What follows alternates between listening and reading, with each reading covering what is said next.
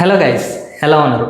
ఎప్పటి నుంచో వెయిట్ చేస్తున్నాం పోకో F7 మొబైల్ అయితే ఫైనల్లీ ఈ రోజు అయితే మనకి లాంచ్ అయిపోయింది. ఈ రోజు మనకి ఓన్లీ పోకో F7 మొబైల్ మాత్రమే లాంచ్ చేశారు. పోకో F7 Pro అయితే లాంచ్ చేయలేదు. ఇక ఈ పోకో F7 ఫస్ట్ సేల్ మనకి 1 జూలై 12 PM కి ఫ్లిప్కార్ట్ లో అయితే సేల్ అవబోతుంది. ఇంకా దీని యొక్క ప్రైసింగ్ విషయానికి వస్తే base model 12GB RAM 256GB variant 31,999 కి అయితే పెట్టారు. 2000 card discount or exchange bonus పోను మనకి 29,999 కి అయితే అవైలబుల్ ఉంది. ఇంకొక variant 12GB RAM 512GB variant అనమాట. ఇది 33,999 కి అయితే లాంచ్ చేశారు. 2000 card discount or exchange bonus పోను 31,999 కి అయితే మనకి ఫస్ట్ సేల్ అవైలబుల్ లో ఉంది.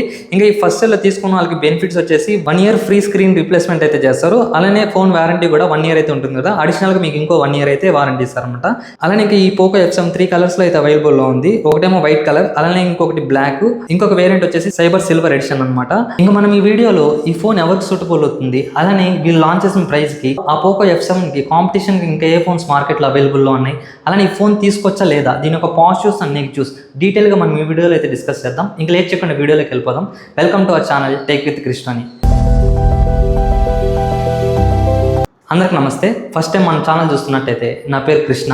ఈ ఫోన్స్ అని డైరెక్ట్గా కొని మన ఛానల్లో రివ్యూ చేయాలంటే నాకు మీ సపోర్ట్ చాలా కావాలి. ఈ వీడియో చూస్తున్న దాంట్లో ఎక్కడైనా మన కంటెంట్ నచ్చితే మన ఛానల్కి అయితే సబ్స్క్రైబ్ చేసుకోండి. కంటెంట్ నచ్చితేనే సబ్స్క్రైబ్ చేసుకోండి, లేదంటే స్కిప్ చేసేయండి. ఇంకా మనం ఈ పోకో F7 యొక్క స్పెసిఫికేషన్స్ ప్రతి ఒక్కటి చూసుకుంటూ వద్దాం. అందులో ఫస్ట్ వన్ వచ్చేసి డిజైన్ అండ్ బిల్డ్ అనమాట. ఇది ఫ్రంట్ అండ్ బ్యాక్ మనకి కార్నింగ్ గొరిల్లా గ్లాస్ 7 అయితే వస్తుంది. అలానే ఆ ప్రైస్ బడ్జెట్ లో పోకో F7 ఫస్ట్ టైం మనకి అల్యూమినియం ఫ్రేమ్ అయితే తీసుకొచ్చింది. దీని యొక్క బెజల్స్ కూడా చాలా థిన్ గా అయితే ఉంటాయి. సిమెట్రిక్ బెజల్స్ 1.9 mm చిన్ బెజల్స్ అయితే ఉంటాయి. అలానే ఇది ఫ్రంట్ బ్యాక్ మనకి గ్లాస్ తో వస్తుంది. మిడిల్ ఫ్రేమ్ కూడా అల్యూమినియం తో వస్తుంది కాబట్టి కొంచెం వెయిట్ కూడా హెవీ అయితే ఉంటుంది. అరౌండ్ 222 grams ఉంటుందని అయితే వీళ్ళు అప్రాక్సిమేట్ గా చెప్తున్నారు.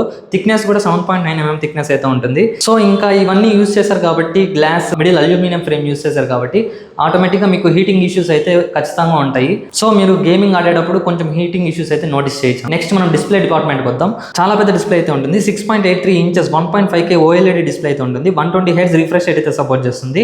ఈ స్క్రీన్ మనకి డాల్బీ విజన్, అలానే HDR10+ 12-bit ప్యానల్ అయితే సపోర్ట్ చేస్తుంది. ఇంకా దీని యొక్క పీక్ బ్రైట్నెస్ వచ్చేసి 3200 nits అయితే ఉంటుంది. ఇంకా డిస్ప్లేలో అడ్వాంటేజ్ వచ్చేసి పెద్ద డిస్ప్లే అయితే ఉంటుంది. మీ గేమింగ్ ఆడేటప్పుడు ఎక్స్పీరియన్స్ అయితే బాగుంటుంది. అలానే ఇంకొకటి వీడియోస్ చూస్తున్నప్పుడు కూడా డాల్బీ విజన్ ఉంది కాబట్టి కొంచెం వైబ్రెంట్ గా, అలానే క్రిస్ప్ అండ్ క్లియర్ గా అయితే ఉంటుంది. ఇంకా మనం పర్ఫార్మెన్స్ విషయానికి వస్తే ఇది స్నాప్డ్రాగన్ 8s Gen 4 ప్రాసెసర్. ఆ ప్రైస్ రేంజ్ లో కాంపిటీషన్ లో మనం ఆల్రెడీ ఈ ప్రాసెసర్ అయితే చూసాం అనమాట. ఇది సేమ్ 808 యొక్క ఆర్కిటెక్చర్ లాగే బిల్డ్ అయి ఉంటుంది. ఇది మనకి 4 nm పైన బిల్డ్ అయి ఉంటుంది. TSMC make. అలానే ఇది octo core processor. Main core వచ్చేసి మనకి 3.2 GHz అయితే సపోర్ట్ చేస్తుంది. రిమైనింగ్ 3 కోర్స్ వచ్చేసి 3.0 GHz అయితే సపోర్ట్ చేస్తుంది. 2 కోర్స్ 2.8 GHz, రిమైనింగ్ 2 కోర్స్ వచ్చేసి 2.0 GHz అయితే సపోర్ట్ చేస్తుంది. దీని యొక్క GPU విషయానికి వస్తే Adreno 825 అయితే ఉంటుంది. ఆ ప్రైస్ బడ్జెట్ లో పర్ఫెక్ట్ ప్రాసెసర్ అనమాట. ఇంకా నెక్స్ట్ మనం బ్యాటరీ చూసుకుంటే హ్యూజ్ బ్యాటరీ 7550 mAh బ్యాటరీ. ఇప్పటివరకు ఇండియాలో తీసుకొచ్చిన సిలికాన్ కార్బన్ టెక్నాలజీలో హైయెస్ట్ బ్యాటరీ అనమాట. ఇది 7550 mAh బ్యాటరీ. అలానే ఇది 90 watts మనకి వైట్ ఛార్జింగ్ బాక్స్ లోనే అయితే ప్రొవైడ్ చేస్తున్నారు. 22.5 watts రివర్స్ వైడ్ ఛార్జింగ్ అయితే ఉంటుంది. అలానే ఇంకా నెక్స్ట్ మనం కెమెరాస్ విషయానికి వస్తే బ్యాక్ సైడ్ మనకి 50 MP main camera Sony IMX882 sensor అయితే ఉంటుంది. అలానే 8 MP ultra wide, 20 MP selfie camera అయితే ఉంటుంది. సెల్ఫీ కెమెరా ఏ సెన్సార్ యూస్ చేస్తారో డిస్ప్లే అయితే చేయలేదు. అలానే ఇంకా వీడియో రెజల్యూషన్ విషయానికి వస్తే ఫ్రంట్ మనకి 1080p 60 fps మాత్రమే సపోర్ట్ చేస్తుంది. 4K అయితే సపోర్ట్ లేదు. బ్యాక్ సైడ్ మనకి 4K 60 fps వరకు అయితే సపోర్ట్ చేస్తుంది. ఆప్టికల్ ఇమేజ్ స్టెబిలైజేషన్ మాత్రం 1080p 60 fps మాత్రమే ఉంటుంది. ఇంకా మనం ఈ పోకో F7 లో అడిషనల్ ఫీచర్స్ చూసుకుంటే ఇది Wi-Fi 7 అయితే సపోర్ట్ చేస్తుంది.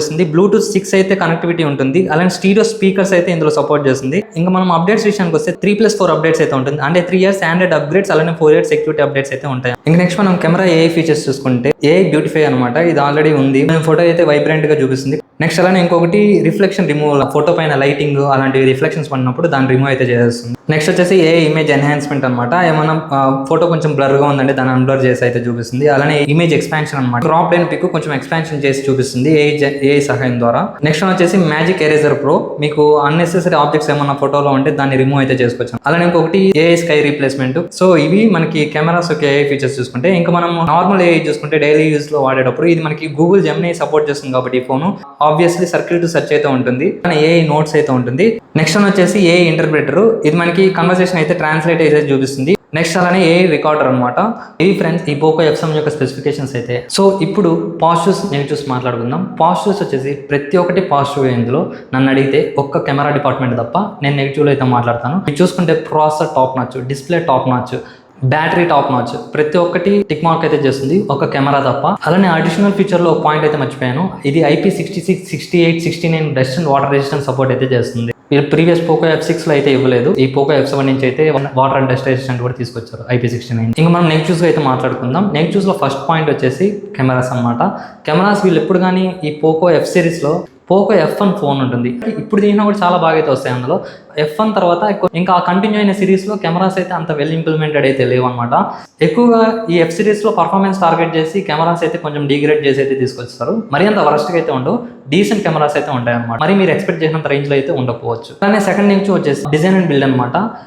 ఇది పాజిటివ్ నెగిటివ్ రెండింటికి అప్లికేబుల్ అవుతుంది. ఎందుకంటే పాజిటివ్ వచ్చేసి ఫ్రంట్ అండ్ బ్యాక్ మనకి గొరిల్లా గ్లాస్ 7 గ్లాస్ బ్యాక్ అయితే ఇచ్చారు. అలానే ఫ్రేమ్ వచ్చేసి మిడిల్ ఫ్రేమ్ అల్యూమినియం ఫ్రేమ్ అయితే ఉంటుంది. వాళ్ళ కంపెనీ వాళ్ళు ప్రొవైడ్ చేసిన ఫోన్ వెయిట్ చూసుకుంటే మనకు అప్పుడు 222 గ్రామ్స్ అయితే ఉంది. మనం ఇంకా రియల్ లైఫ్ లో ఎక్స్పెక్ట్ చేసుకోవచ్చు ఫోన్ కొంచెం బరువుగానే అయితే ఉంటుంది. సో అలానే ఇంకొకటి అల్యూమినియం ఫ్రేమ్ యూస్ చేశారు కాబట్టి మీరు గేమింగ్స్ ఎక్కువసేపు ఆడేటప్పుడు లేదంటే ఛార్జింగ్ ఎక్కువసేపు పెట్టినప్పుడు కానీ మీకు ఓవర్ హీట్ అయ్యే ఛాన్సెస్ ఎక్కువైతే ఉన్నాయి. మీకు ఫ్రేమ్ అయితే కాలుతూ ఉంటుంది ఎక్కువసేపు గేమింగ్ ఆడినప్పుడు కూడా, అదొకటి మీరు అబ్జర్వ్ చేయండి. మేజర్ డ్రాబ్యాక్స్ అయితే ఏం లేవు అనమాట. వాళ్ళు తీసుకొచ్చిన ప్రైస్ రేంజ్ కి పర్ఫెక్ట్ ఫోన్ అనేది చెప్పుకోవచ్చు. ఇంతకు ముందు మనం పోకో F6 అవన్నీ చూసుకున్నట్టయితే నాకు కొన్ని డ్రాబ్యాక్స్ అయితే అనిపించాయి. డస్ట్ వాటర్ రెసిస్టెంట్ ఉండేది కాదు, అలానే చీప్ ప్లాస్టిక్ ఫ్రేమ్ అయితే యూస్ చేసేవాళ్ళు. సో ఇవన్నీ కొన్ని డ్రాబ్యాక్స్ అయితే ఉండేవి. అవన్నీ ఇప్పుడైతే ఈ పోకో F7 లో కంబ్యాక్ అయితే తీసుకొచ్చారు. సో ఇంకా మనం ఈ పోకో F7 కి అరౌండ్ 30K ప్రైస్ బడ్జెట్ లో కాంపిటీషన్ ఫోన్స్ చూసుకుంటే కంపల్సరీగా ఐక్యూ నియో 10 అయితే ఉంటుంది. ఇది ఇప్పుడే కాదు, పోకో F5 నుంచి అయితే మనం చూసుకుంటూ వస్తున్నాం.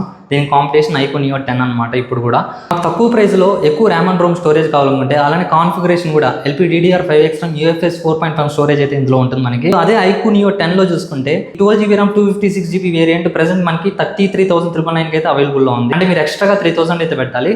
మీరు బేస్ మోడల్ ఏదైతే ఉందో 8GB RAM 128GB మోడల్ తీసుకున్న ఐక్యూ నియో 10 అందులో మీకు UFS 3.1 ఒకటే సపోర్ట్ చేస్తుంది.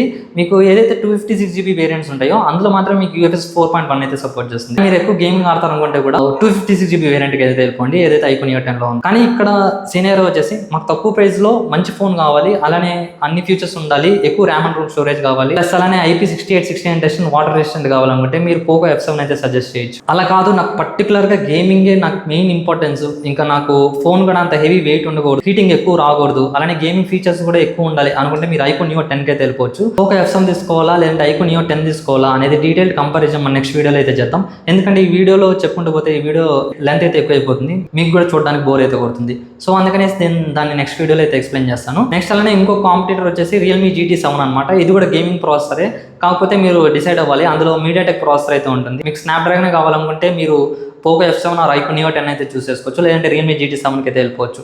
ఇదొక సినారియో. అలా కాకుండా నాకు గేమింగ్ హై ప్రయారిటీ కాదు, నాకు ఎక్కువగా కెమెరా సెంట్రిక్ ఫోన్స్ కావాలనుకుంటే మీరు అక్కడ 30K ప్రైస్ బడ్జెట్లో మోటో ఎడ్జ్ 60 Pro అయితే చూసుకోవచ్చు. రియల్మీ 14 Pro ప్లస్ లేదంటే నథింగ్ 3A Pro అలా చూస్ చేసుకోవచ్చు. కొంచెం మీరు ఇంకా హై బడ్జెట్ పెట్టుకుంటామో అనుకుంటే మీరు Vivo T4 Ultra కూడా వెళ్ళిపోవచ్చు. అది ఇంకా మీకు బెస్ట్ కెమెరా సెంట్రిక్ ఫోన్ అయితే అవుతుంది అక్కడ. సో మీకు కెమెరానే మెయిన్ ఇంపార్టెంట్ అనుకుంటే పోకో F7 అయితే స్కిప్ చేసేయండి. అలానే ఈ ఐక్యూ నియో 10 రియల్మీ GT7 ఏమున్నాయో ఆ ఫోన్స్ కూడా స్కిప్ చేసేయచ్చు. ఎందుకంటే అవి కంప్లీట్ పర్ఫార్మెన్స్ ఓరియంటెడ్ ఫోన్స్ అనమాట. మీకు కెమెరా సెంట్రిక్ ఫోన్స్ కావాలనుకుంటే ఇటు సైడ్ రావాలి. సో ఇది ఫ్రెండ్స్ నా రివ్యూ అయితే పోకో F7 పైన. మీకు ఎలా అనిపించింది కింద కమెంట్ సెక్షన్లో అయితే తెలియజేయండి. అలానే మీ ఫ్రెండ్స్ అండ్ ఫ్యామిలీలో ఎవరైనా అండర్ 30K బడ్జెట్లో ఈ first sale Poco F7 phone కొనాలనుకుంటే వాళ్ళకైతే ఈ వీడియోని షేర్ చేయండి. ఇంకా మన కంటెంట్ నచ్చితే మన ఛానల్కి అయితే సబ్స్క్రైబ్ చేసుకోండి. Thank you guys.